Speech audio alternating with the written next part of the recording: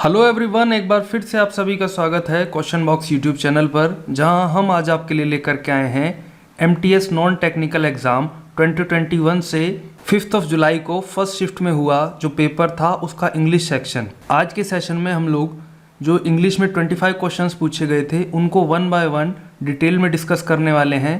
But before we do that, एक request है आप लोगों से, वीडियो में जहाँ भी आपको लगता है कि यहाँ पर इम्प्रूवमेंट हो सकता था समझाने में, तो आप उसके बारे में कमेंट में हमें बता सकते हैं। और आपको ये सेशन कैसा लगा उसके बारे में भी आप हमें बता सकते हैं।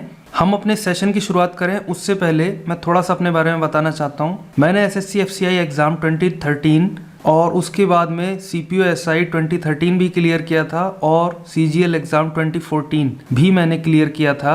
इसके अलावा एक दो और छोटे मोटे एग्ज़ाम हैं जो मैंने क्लियर किए हैं। तो चलिए अब हम अपना सेशन आज का स्टार्ट करते हैं। पहला क्वेश्चन है, select the most appropriate meaning of the given idiom. एक इडियम दिया है आपको और उसका सबसे अप्रोप्रिएट जो सबसे उपयुक्त उत्तर है वो बताना है।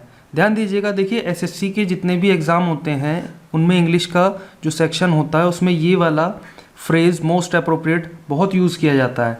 इसका मतलब ये होता है, आपको निजी तौर पर ऐसा लग सकता है कि जो आंसर्स हैं उनमें से एक या एक से ज़्यादा ठीक हैं, लेकिन उनमें जो सबसे ज़्यादा जो सबसे उपयुक्त आपका आंसर रहेगा वही आंसर ठीक रहता है। तो इस बात का आपको हमेशा ध्यान रखना है कि जो मोस्ट अप्रोप्रिएट आंसर होगा वही सही आंसर होगा। आइए वापस से आते हैं क्वेश्चन पे। वंस कप ऑफ टी, देखिएगा इसका जो हिंदी मतलब होता है वो होता है किसी के पसंद की चीज़। मान लीजिए मुझे कोई चीज़ पसंद है, मुझे एसएससी की तैयारी करना पसंद है, तो वो मेरी कप ऑफ टी हो गया। So one's cup of tea means किसी के पसंद की चीज़। अब ऑप्शंस देखते हैं। वंस परसेप्शन, परसेप्शन होता है अनुभूति, या फिर इसको अगर हम सामान्य भाषा में बात करें तो कि मेरी उसके प्रति समझ कैसी है, किसी एक की समझ अबाउट समवन, कि कोई एक, वन होता है कोई एक किसी और के बारे में क्या समझ रखता है, क्या अनुभूति रखता है, ये आंसर होना चाहिए। वंस जनरल, जनरल होता है सामान्य, प्रिंसिपल होता है सिद्धांत, किसी एक के सामान्य सिद्धांत, ये होना चाहिए। या फिर तीसरा है one's hard earn money, hard earn होता है बहुत मेहनत से कमाई हुई धनराशि, हार्ड अर्न मतलब बहुत मेहनत से कमाई हुई, और मनी धनराशि। वंस चूजन और प्रिफर्ड, प्रिफर्ड होता है पसंदीदा वस्तु और चूजन होता है चुनी हुई, किसी की चुनी हुई या फिर पसंदीदा वस्तु। अब आप चारों में से खुद सोचिए कि जो मोस्ट अप्रोप्रिएट आंसर है, जैसे कि मैंने वंस कप ऑफ टी का बताया, किसी के पसंद की चीज़, तो क्या होना चाहिए? ऑब्वियस है कि ऑप्शन 4 जिसमें कि प्रिफर्ड यूज हुआ है, प्रिफर्ड मतलब पसंदीदा चीज़, करेक्ट आंसर। अब देखते हैं हम लोग अगला क्वेश्चन। अब यहाँ आपको बताना है select the most appropriate antonym. Antonym मतलब विलोम शब्द आपको बताना है ऑफ द ब्रैकेटेड, ब्रैकेट में कोई वर्ड दिया है दिए हुए सेंटेंस में। सेंटेंस देख लेते हैं। इट इज़ इररेलेवेंस, इररेलेवेंस एक नाउन है जिसका मतलब होता है अप्रासंगिकता या फिर जिसकी कोई रेलेवेंस ना हो। रेलेवेंस होता है कि भाई ये, मान लीजिए मैं कोई बात बोल रहा हूँ, मैंने कोई सेंटेंस बोला और किसी और पास खड़े ने कुछ और ही बात कह दी जिसकी उससे कोई मतलब है नहीं, कोई आपस में उनका कोई कनेक्शन है नहीं, तो वो बात इररेलेवेंट हो जाएगी, अप्रासंगिक जिसको बोला जाता है। तो इट इज़ इररेलेवेंस, यह अप्रासंगिकता है। एटलीस्ट, एटलीस्ट होता है कम से कम मेरे लिए, यह अप्रासंगिकता है कम से कम मेरे लिए। कि क्या द ग्रांट वाज इम्प्रोविडेंट और नो, कि जो ग्रांट है वो इम्प्रोविडेंट थी या फिर नहीं, ये कम से कम मेरे लिए तो अप्रासंगिकता है। अब आपको बताना है ये जो ब्रैकेटेड वर्ड है क्या है? इम्प्रोविडेंट। इम्प्रोविडेंट का मतलब होता है not planning carefully for the future, भविष्य के लिए मतलब बहुत ज़्यादा अच्छे से प्लान नहीं करना। और विशेष तौर पे इसको तब यूज़ किया जाता है इम्प्रोविडेंट को कि जब आप मतलब बहुत ही गंदे तरीके से, गलत तरीके से पैसों को खर्च कर रहे हो, है ना, पैसों को उड़ा रहे हो। अब चार जो ऑप्शन दिए हैं वो देख लेते हैं। सबसे पहला है टार्डी, जिसका मतलब होता है स्लो या फिर धीमा। थ्रिफ्टी होता है कम खर्च करने वाला, मितव्ययी, ठीक है। और कॉशस होता है सतर्क, सावधान। हंगरी होता है भूखा। अब हमने ये समझा कि इम्प्रोविडेंट होता है कि भविष्य के लिए प्लानिंग ना करना, और स्पेशली जबकि आप पैसे बहुत बुरी तरीके से उड़ा रहे हों। अब पैसे उड़ाने की जो बात है वो धीमे से संबंधित होगी, उसका जो अपोजिट होगा पैसे उड़ाने का, यानी कि कम खर्च करने वाला। तो कम खर्च का मीनिंग हमने क्या समझा? भी हमने समझा थ्रिफ्टी। तो option 2 is the correct answer. आपको एंटोनिम बताना है ना, तो जो पैसे उड़ाने वाले का एंटोनिम होगा वो होगा कम खर्च करने वाला। चलिए आगे देखते हैं।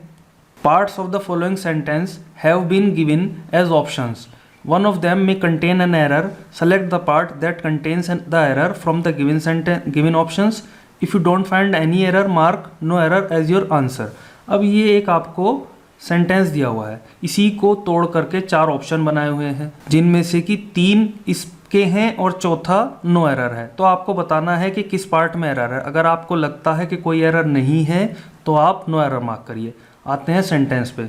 When you are under significant stress. सबसे पहले समझते हैं इसका हिंदी मतलब। जब आप हैं अंडर नीचे या फिर दबे हुए, सिग्निफिकेंट होता है बहुत बड़ा, काफ़ी बड़ा इसको बोला जाता है। वैसे तो सार्थक बताया मैंने, सिग्निफिकेंस है ना, सार्थक जिसको बोला जाता है, तो सिग्निफिकेंट हो जाएगा काफ़ी बड़ा, काफ़ी बड़े स्ट्रेस तनाव के नीचे हों। इट इज़ हार्डली, ये बड़ी मुश्किल से, हार्डली होता है बड़ी मुश्किल से, to process details and nuances. Nuance, details तो आपने पता ही है क्या होती हैं, और न्यूएंस होता है एक बहुत छोटा difference, a very small difference. ये किसी भी चीज़ में हो सकता है, फीलिंग्स में हो सकता है या फिर किसी बात के मीनिंग में हो सकता है। तो ये कहना चाह रहे हैं सेंटेंस में कि भाई जब आप बहुत ज़्यादा बड़े तनाव में हो तो ये बड़ी मुश्किल से होता है कि आप जो हैं किसी डिटेल्स या फिर न्यूएंसेस को प्रोसेस कर पाएँ, उनका निस्तारण कर पाएँ, है ना, आगे उनकी प्रक्रिया कर पाएँ। सो इस सेंटेंस में अब हम समझते हैं कि क्या ग्रामेटिकल एरर कोई है। देखिए, वैन के साथ में you are under significant stress, इस वाले पोर्शन में कोई एरर नहीं दिखाई पड़ती है। क्यों? क्योंकि ये बिल्कुल सही है। यू के साथ में आर का यूज हुआ है और अंडर सिग्निफिकेंट स्ट्रेस। सिग्निफिकेंट एक एडजेक्टिव है जो कि स्ट्रेस की जो विशेषता है वो बता रहा है, तो ये भी ठीक है, सिग्निफिकेंट स्ट्रेस भी ठीक है, और अंडर का यूज जो हुआ है वो भी सही है। सो अगर आपने पढ़ा हुआ है कि हार्डली और हार्ड में डिफरेंस क्या है, तो आप बिल्कुल इसमें समझ जाएंगे कि जो एरर है वो यहाँ है। इट इज़ हार्डली नहीं होना चाहिए। हार्डली होता है बमुश्किल, नेगेटिव सेंस में यूज़ होता है, और हार्ड होता है बहुत मेहनत से, जैसे कि हमने भी हार्ड अर्न मनी पढ़ा था। तो ये बड़ी मुश्किल से नहीं होगा, यहाँ पर नेगेटिव सेंस नहीं आएगी, यहाँ आएगी positive sense. It is hard, ये बड़ा मुश्किल का काम है या ये बहुत मेहनत का काम है to process details and nuances. Hardly को आप इस तरीके से समझ लीजिए कि इसके जो मीनिंग होते हैं वो होते हैं कि मतलब ऑलमोस्ट नन, कुछ भी नहीं। अब ये कह रहे हैं कि आप अगर अंडर सिग्निफिकेंट स्ट्रेस हो तो ये कुछ भी नहीं है, मतलब बिल्कुल ना के बराबर काम है कि to process details and nuance. भाई स्ट्रेस में आप कोई काम करना, बहुत कमियां निकालना, बहुत छोटी छोटी मतलब बदलाव को नोटिस करना, डिफरेंस को नोटिस करना, स्ट्रेस में तो ये बिल्कुल ना के बराबर काम है या फिर बहुत मुश्किल काम है। आप खुद सोचिए। तो हार्डली अगर आप यूज़ करते हैं तो इसका मतलब हो जाएगा कि ना के बराबर काम है, और हार्ड हो जाएगा कि बहुत मुश्किल काम है। तो जो एरर आपकी रहने वाली है वो रहेगी ऑप्शन फर्स्ट में, हार्डली के स्थान पर आप हार्ड का यूज़ करिए। नेक्स्ट क्वेश्चन देखते हैं अब हम लोग। ये भी एरर से रिलेटेड है। द रिड्यूस्ड होता है कम किया हुआ, तो एयर प्रेशर, जो हवा का दबाव, एयर प्रेशर कम किया हुआ कहाँ? ऑन द एयरलाइन फ्लाइट्स, जो हवाई यात्राएं रहती हैं उनमें कम किया हुआ वायु दबाव। कैन लेसन, लेसन एक वर्ब है, इसको लेस से जोड़ने की कोशिश ना करिएगा आप। लिटिल लेस लिस्ट वो एक अलग चीज़ है और ये लेसन एक अलग चीज़ है। ये कि अपने आप में वर्ब है जिसका मतलब होता है कम करना, और इसकी सेकंड फॉर्म इसके साथ ईडी लगा करके आप यूज़ कर सकते हैं, सेकंड और थर्ड फॉर्म। तो लेसन ठीक है। कैन लेसन कम कर सकता है द अमाउंट ऑफ ऑक्सीजन, जो ऑक्सीजन का अमाउंट है, मात्रा है, इन पैसेंजर्स ब्लड, जो यात्रियों के खून में, 25% 25% के लिए। अब वन बाय वन अगर हम लोग देखें तो आपको एरर कहाँ लग सकती है? आपको लग सकती है कि भाई पैसेंजर्स में तो नहीं है, नहीं, प्लूरल में हम अपोस्ट्रोफी का इसी प्रकार से यूज़ करते हैं, ये बिल्कुल सही है। अगर बॉय का हमको सिंगुलर का हमें अपोस्ट्रोफी बनाना है तो हम ऐसे करेंगे, और अगर प्लूरल का हमें बनाना है तो बॉयज़ है प्लूरल और इसका अपोस्ट्रोफी हम लगाएंगे यहाँ पर, इसके बाद में कोई ऐसी ईएस हम लोग नहीं लगाएंगे, तो प्लूरल ऐसे बनता है अपोस्ट्रोफी और सिंगुलर ऐसे, तो ये बिल्कुल सही है। जो यात्रियों का ब्लड है, अब आप देखिए कि वापस से इसका हिंदी मतलब बनाते हैं कि रिड्यूस्ड एयर प्रेशर, जो कम किया हुआ वायु दबाव है कहाँ पे, एयरलाइन फ्लाइट्स पे, वो लेस कर सकता है, कम कर सकता है द अमाउंट ऑफ ऑक्सीजन, जो यात्रियों के ब्लड में अमाउंट ऑफ ऑक्सीजन है उसको 25% के लिए होना चाहिए, 25% तक कम कर सकता है ना। तो तक की सेंस में फोर का तो यूज़ नहीं किया जाएगा, यहाँ किया जाएगा यूज़ अप टू का, अप टू 25%, या फिर आप यूज़ कर सकते हैं बाय का, ठीक है। तो लेकिन फोर का यूज़ नहीं किया जाएगा किसी भी स्थिति में। तो आंसर जो रहने वाला है वो रहेगा ऑप्शन थर्ड में, इन पैसेंजर्स ब्लड 425% में। नेक्स्ट क्वेश्चन देखते हैं। इसमें आपको मोस्ट अप्रोप्रिएट ऑप्शन फिल करना है यहाँ पर। My teacher asked me to keep dash, मेरे टीचर ने मुझको कहा कि आप डैश टू रखो डैश। क्वाइट होता है शांति, क्वाइट होता है बिल्कुल, क्विट होता है छोड़ देना, और क्वेंट होता है विचित्र या फिर अनजान। तो मेरे टीचर ने कहा कि आप शांति रखो, मेरे टीचर ने कहा कि आप बिल्कुल रखो, मेरे टीचर ने कहा आप रखो छोड़ना, और मेरे टीचर ने कहा कि रखो आप अनोखा या विचित्र। तो जो मोस्ट अप्रोप्रिएट बनता है, बोला भी जाता है ना टू कीप क्वाइट, तो वो क्वाइट ये वाला क्वाइट होता है, शांति वाला, ठीक है। तो option first is the correct answer. अगला है आपको बताना है एंटोनिम पेरिलस का। तो पेरिल होता है जो हानिकारक हो, पेरिल होता है डेंजर, हानिकारक, और पेरिलस हो जाएगा ये भी हानिकारक हो जाएगा। अब ऑप्शन देखते हैं। वर्बोस होता है शब्द आडंबर, बड़ा हिंदी का एक अजीब सा शब्द मैंने आपको बोल दिया, इसका मतलब होता है कि जहाँ पर जितने शब्दों की आवश्यकता हो उससे भी ज़्यादा लाव लपेट करके शब्दों का प्रयोग करना, ठीक है, उसको बोलते हैं शब्दाडंबर। अनस्टेबल, स्टेबल होता है स्थिर, और अनस्टेबल हो जाएगा अस्थिर। क्रूल होता है निर्दयी। सेफ होता है, सेफ आप समझते हैं क्या होता है, सुरक्षित। तो हानिकारक का जो एंटोनिम होने वाला है वो क्या होगा, ऑप्शन 4 सेफ ही तो होगा। Option 4 is the correct answer. अब देखते हैं अगला। मोस्ट अप्रोप्रिएट ऑप्शन करना है आपको choose. He claims to be dash kid in the school. देखिए वो दावा करता है क्या होने का, कि वो डैश किड है पूरे स्कूल में। अब क्या किड है, स्मार्टनेस किड है, स्मार्टेस्ट है, स्मार्टिंग है, स्मार्टर है। आप किसी भी प्रकार से इसको समझ सकते हैं, या तो आप ये समझ लीजिए कि भैया सुपरलेटिव डिग्री से ही पहले आप लोग दा का यूज़ करते हैं, ये है कंपैरेटिव, तो इससे पहले तो दा का यूज़ नहीं होगा, यूज़ करेंगे आप केवल स्मार्टेस्ट का। और या फिर आप समझ सकते हैं कि जो स्मार्टनेस है वो एक नाउन है और किड भी एक नाउन है, तो हमको यहाँ पर किड का जो विशेषता बताया यानी एडजेक्टिव का यूज़ करना है। तो एडजेक्टिव है इसमें से स्मार्टेस्ट, और एडजेक्टिव में भी हम लोगों को, वैसे तो स्मार्टर भी है लेकिन हमने पढ़ा है कि जो दा का यूज़ होगा वो सुपरलेटिव डिग्री से पहले होगा। So option 2 is the correct answer. अब आपको इसमें इम्प्रूवमेंट करना है। मैनी फैमिलीज, बहुत सारे परिवार हैं, सो पुअर टू बियर, कि वो सहन कर सकें the cost of educating all their children, अपने सभी बच्चों को पढ़ाने की जो कॉस्ट है या जो उनके ऊपर धनराशि का भार पड़ने वाला है या कहें तो कीमत है, वो सहन करने में नहीं कर सकते। अब आप ये समझिएगा दो कॉम्बिनेशन है, एक तो सो और डैश दैट, सो के साथ में दैट और फिर आगे कहानी, और टू डैश टू। जब ये सिंगल वाला ओ आएगा तो उससे पहले ये डबल ओ वाला आएगा कि वो इतने पुअर हैं कि वो अपने सभी बच्चों को पढ़ाने का भार या कीमत नहीं सहन कर सकते।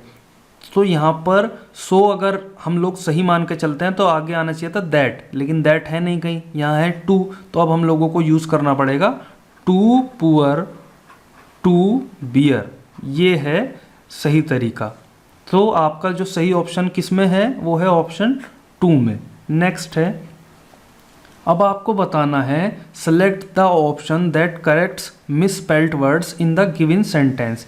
इसमें एक सेंटेंस दिया है, उसमें कुछ मिसस्पेल्ड वर्ड हैं। अब वो उसके अगेंस्ट 4 ऑप्शन हैं, इनमें से आपको देखना है कि किस सेंटेंस में सारी की सारी स्पेलिंग मिस्टेक बिल्कुल ठीक की गई हैं।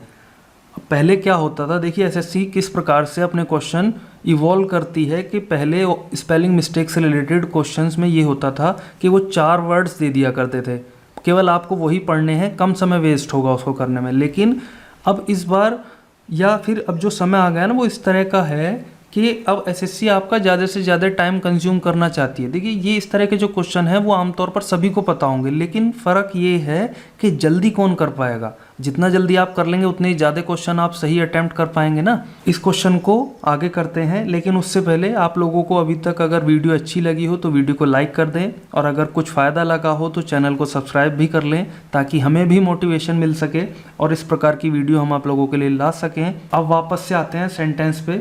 Surely he has now earn the respect master.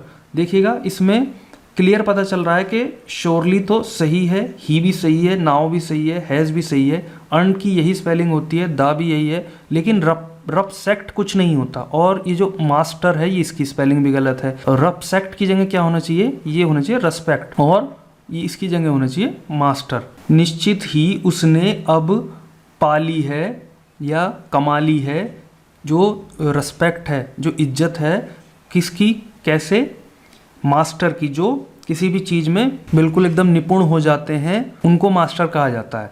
सो हमारा जो अब हमको देखना है कि इसमें कौन से ऑप्शन में इनको ठीक किया गया है। रेस्पेक्ट ठीक है यहाँ पर, लेकिन ये है मास्टर, ये गलत हो जाएगा। रपसेक्ट है ये भी गलत है। ये रपसेक्ट है, ये मास्टर है। जो सही ऑप्शन है वो है रेस्पेक्ट और मास्टर। तो option 4 is the correct answer. Next है, आपको बताना है one word substitute. A book that contains information on various subjects. ऐसी पुस्तक जिसमें होती है जानकारी किस बारे में, अलग अलग सब्जेक्ट्स के, अलग अलग विषयों के ऊपर जिसमें जानकारी होती है। सबसे पहला एनसाइक्लोपीडिया, फिर है मैन्युस्क्रिप्ट और थिसोरस और डिक्शनरी। चारों के मीनिंग पहले गूगल क्या कहता है वो समझ लेते हैं। देखिए एनसाइक्लोपीडिया होती है a book that gives information about many subjects. एक ऐसी पुस्तक जो कि बहुत सारे सब्जेक्ट्स के ऊपर आप लोगों को इन्फॉर्मेशन देती है। तो ऑप्शन तो आपका ये सही है, यानी कि आंसर आपका रहेगा एनसाइक्लोपीडिया। बाकी तीनों को भी समझ लेते हैं हम। मैन्युस्क्रिप्ट होती है a document written by hand. हस्तलिखित जो डॉक्यूमेंट्स होते हैं वो होते हैं मैन्युस्क्रिप्ट। थिसोरस होता है a book which has list of words with similar meaning. जहाँ एक ऐसी बुक जिसमें सूची हो जो सिमिलर मीनिंग्स जिसमें दिए हुए हों, समानार्थी शब्द जिसमें दिए हों, वो होती है थिसोरस। और डिक्शनरी का आपको पता ही है, शब्दकोश होता है। डिक्शनरी और थिसोरस में ये अंतर है कि डिक्शनरी में तो आपको वर्ड और उनके मीनिंग मिलेंगे, और वो भी एक क्रम से लगे हुए, है ना। डिक्शनरी का एक क्रम होता है कि भाई ABCD इस तरीके से लगे होंगे, लेकिन थिसोरस में आपको मिलेंगे सिनोनिम्स। तो थिसोरस और डिक्शनरी में यही अंतर है कि वहाँ तो आपको शब्दकोश बोला जाता है, उसको शब्द मिलेंगे, उनके अंतर वो मिलेंगे, उनके मीनिंग मिलेंगे आपको, और थिसोरस में आपको मिलेंगे synonym. So answer A is the correct answer. Next question देखते हैं। Select the most appropriate antonym of the underlined word. The more dash enlightened employers offer better terms. जो ज़्यादा एनलाइटेंड होते हैं, जागरूक, समझदार, जिनको ज्ञान हो, तो ज्ञानी आदमी जिनको बोला जाता है वो होते हैं एनलाइटेंड। तो मोर जागरूक एम्प्लॉयर होते हैं जो किसी को नौकरी देते हैं, ठीक है, मालिक लोगों को। एक तो होते हैं एम्प्लॉयर, एक होता है एम्प्लॉय। जैसे कि एसएससी में सिलेक्शन के बाद आपका इनकम टैक्स में सिलेक्शन होता है, तो इनकम टैक्स आपका एम्प्लॉयर हो जाएगा और एम्प्लॉय हो जाएंगे आप। तो employers offer better terms. Better terms मतलब बेहतर जो शर्तें हैं, नियम और शर्तें वो ऑफर करते हैं। अब एनलाइटेंड का बताना है आपको एंटोनिम क्या है। जो जागरूक का, सिविलाइज्ड होता है सभ्य, एजुकेटेड होता है शिक्षित, कन्फाउंडेड होता है भौचक्का या फिर हैरान, और रीजनेबल होता है तार्किक, जिसकी कोई तार्किकता हो। अब आप खुद सोचिए कि एनलाइटेंड जो कि एक पॉजिटिव वर्ड है, जागरूक है ना, और सिविलाइज भी एक पॉजिटिव वर्ड है, एजुकेटेड भी और रीजनेबल भी। नेगेटिव वर्ड क्या है, केवल कन्फाउंडेड, वो है भौचक्का रहना। भौचक्का आप तब रहते हैं जब आपको कुछ पता ना हो ना, अचानक से कोई बात हो जाए, तो इससे मिलता जुलता जो वर्ड है वो है confounded. So option 3 is the correct answer. अब देखते हैं अगला क्वेश्चन। अब आपको सिनोनिम बताना है किसका, हैस्टी का। एक्सपीडिशियस, रेस्ट्रिक्टेड, लेड बैक या फिर लॉक्ड। एक्सपीडिशियस होता है जो कि बहुत तेजी से किया गया हो। हेस्टी हमें पता ही है कि बहुत आपाधापी में या फिर तेजी के साथ जो होता है उसको हेस्टी बोला जाता है। तो एक्सपीडिशियस होता है तेजी से होने वाला। रेस्ट्रिक्टेड होता है जिसको कि रेस्ट्रिक्ट कर दिया गया हो, रोक दिया गया हो, जिसकी स्पीड कम कर दी गई हो। लेड बैक होता है तनाव मुक्त, ठीक है। और लॉक्ड होता है बंद हुआ हुआ। तो अब आप खुद सोचिए कि हेस्टी का सिनोनिम क्या होना चाहिए। एक्सपीडिशियस, है ना, दोनों के मतलब सेम ही है, तेजी से। So option first is the correct answer.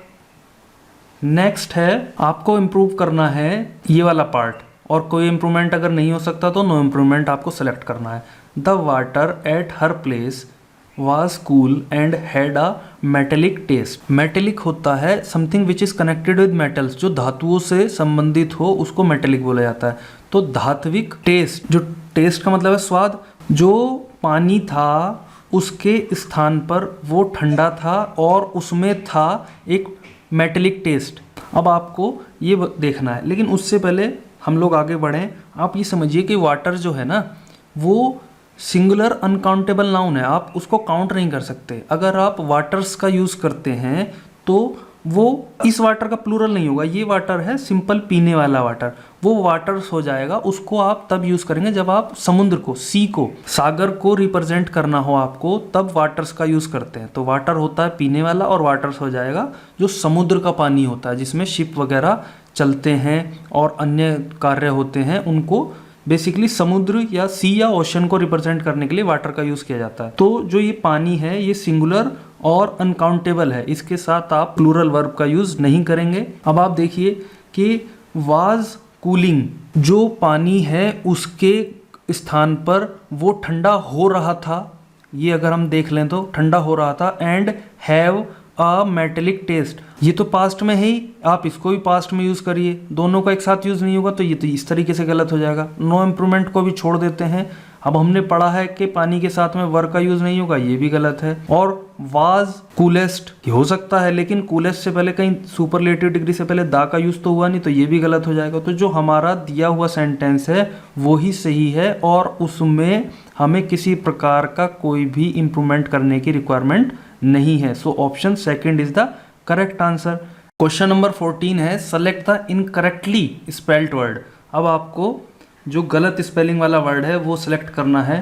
पहला वर्ड है परटर्ब, दूसरा है परसीव, तीसरा है पिजन, चौथा है पैसिव। आप एक चीज बताइए, आपने सुना होगा डिस्टर्ब। डिस्टर्ब होता है किसी को परेशान करना और उसकी स्पेलिंग होती है DISTURB। TURB होती है। परटर्ब जो है वो डिस्टर्ब का सिनोनिम है और परटर्ब की स्पेलिंग भी होगी TERB के स्थान पर होगा TURB। तो सही आंसर आपका है परटर्ब, ऑप्शन ए। परसीव का मतलब समझ लेते हैं। परसीव होता है समझ, समझना, किसी को जानना। पिजन कबूतर पैसिव होता है, जैसे एक्टिव होता है उसका उल्टा पैसिव हुआ। अगर इसका हिंदी मतलब जाने तो पैसिव का अर्थ हो जाता है निष्क्रिय। अब बढ़ते हैं हम लोग आगे। Select the most appropriate meaning of the given idiom. Idiom दिया है, उसका मीनिंग बताना है। Chew the scenery. च्यू होता है चबाना और सीनरी होता है, आप समझते ही हैं, किसी प्रकार की कोई जिसमें सीन को डिस्क्राइब किया गया हो, कलाकृति टाइप का, उसको सीनरी बोला जाता है। च्यू द सीनरी हो जाएगा। अगर हम इसका लिटरल मीनिंग देखें, शाब्दिक अर्थ देखते हैं, तो वो होगा सीनरी को चबाना। लेकिन अगर हम इसका एक्चुअल मीनिंग जो है वो समझे तो वो होता है टू ओवर एक्ट, है ना। ओवर एक्टिंग करने को च्यू द सीनरी बोला जाता है।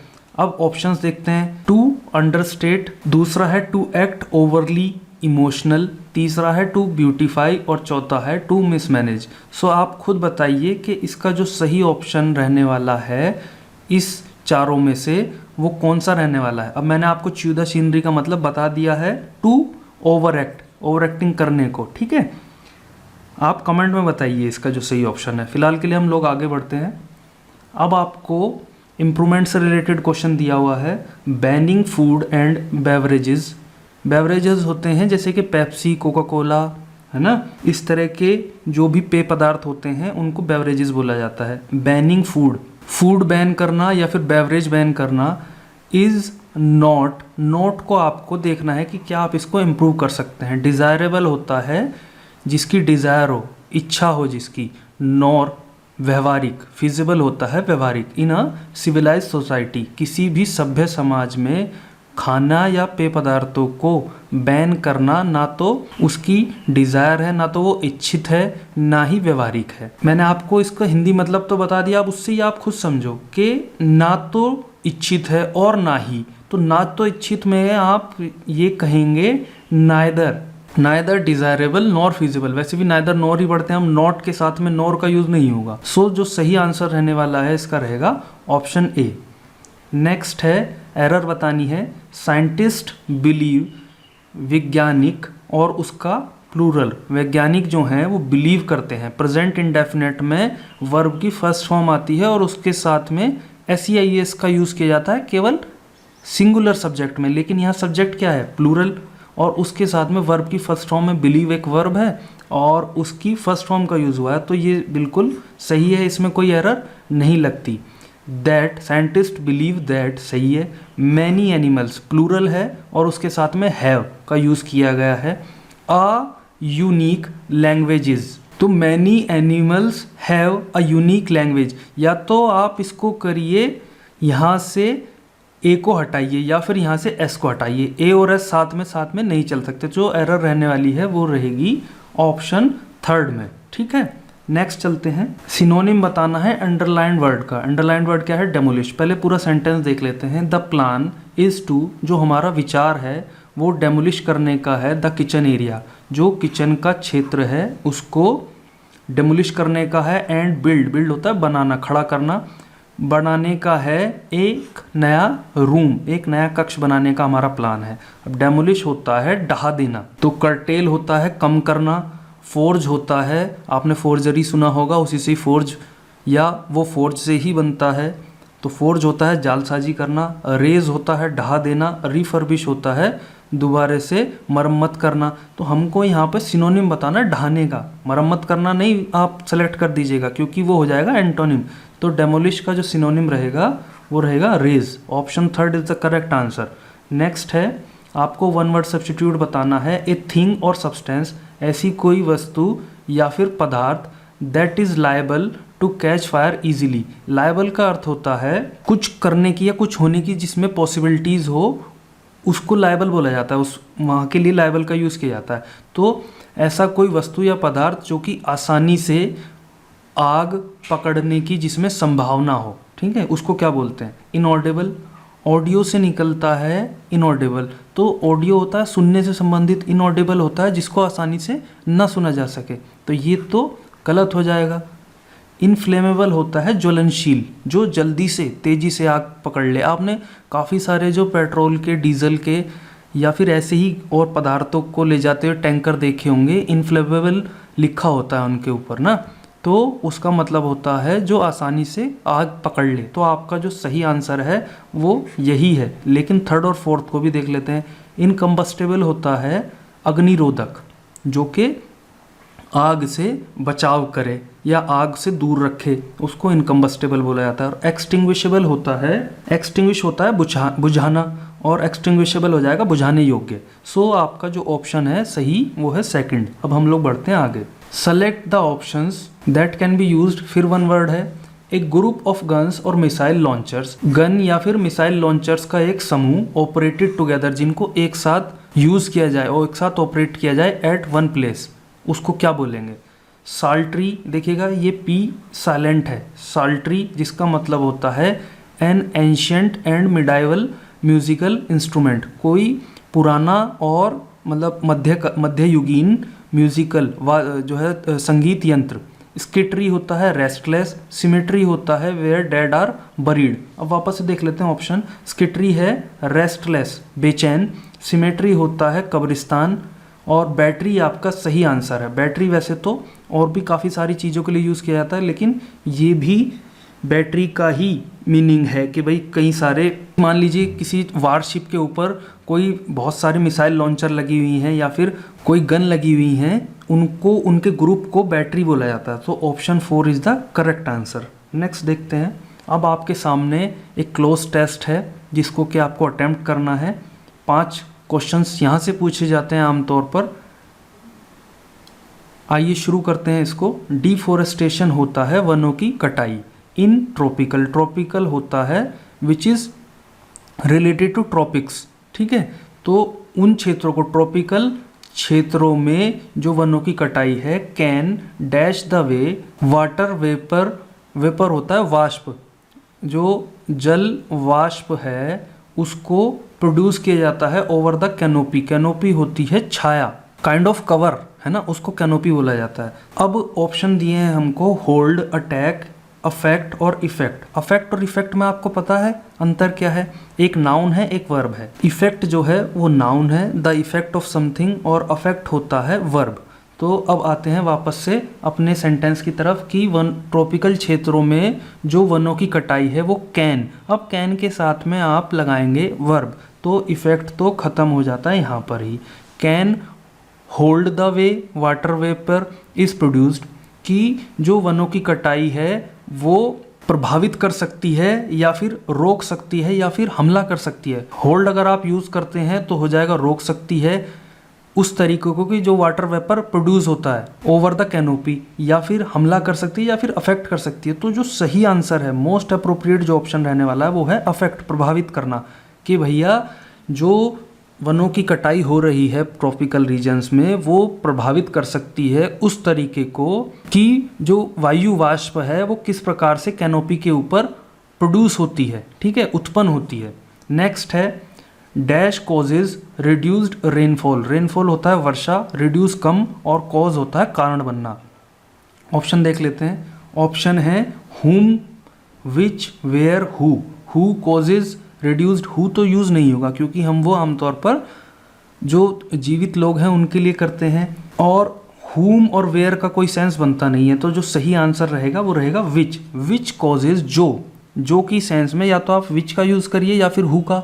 हु मैं बता चुका हूँ कि आमतौर पर लिविंग पर्सन्स के लिए करते हैं, तो which is the most appropriate answer, option second correct है। नेक्स्ट देखते हैं ए 2019 स्टडी पब्लिश्ड, एक 2019 का जो स्टडी है वो जो कि प्रकाशित हुई है इन द जर्नल, जर्नल होता है कोई काइंड ऑफ मैगजीन, तो ये उसका नाम है, ठीक है। शोड उसने बताया या उसने दिखाया, फिर आगे कह रहे हैं parts of the Amazon rain forest, rain forest होते हैं वर्षा वन की, जो अमेजन वर्षा वन के पार्ट्स हैं, भाग हैं, दैट, ऑप्शन देख लेते हैं, दैट इज, वर, वाज या फिर हैज़। अब यहाँ आपको समझना है, देखिए अगर इज, वाज या हैज़ में से हम कोई एक यूज़ करते हैं तो इसका मतलब ये है कि इससे पहले सब्जेक्ट सिंगुलर होना चाहिए, लेकिन हमने पढ़ा है कि सब्जेक्ट क्या है यहाँ पर, पार्ट्स है, अमेजन फॉरेस्ट नहीं है subject, parts of the Amazon rain forest. अगर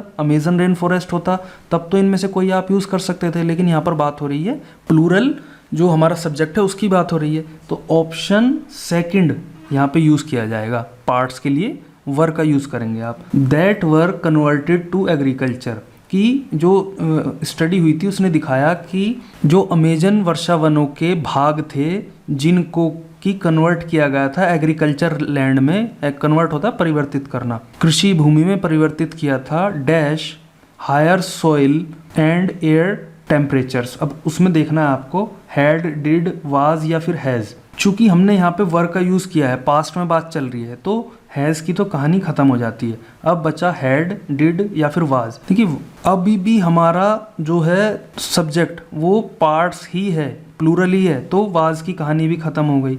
अब बचा डिड या फिर हैड।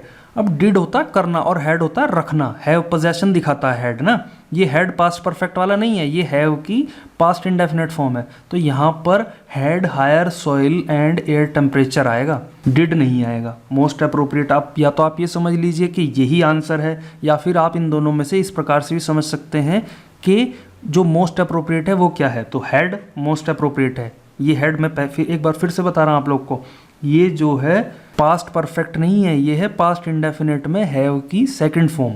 आगे बढ़ते हैं। Which could dash drought, drought होता है सूखा, सूखे की जो कंडीशंस हैं उनको क्या कर सकते हैं, प्यूरिफाई कर सकते हैं। इन्फ्लेम होता है आग लगाना, प्रोवोक होता है भड़काना, और एग्रीवेट होता है बढ़ा देना, तो वो बढ़ा सकते हैं। Which could aggravate drought conditions, could के साथ आप वर्ब की फर्स्ट फॉर्म ही यूज करते हैं, वैसे तो सभी फर्स्ट फॉर्म है।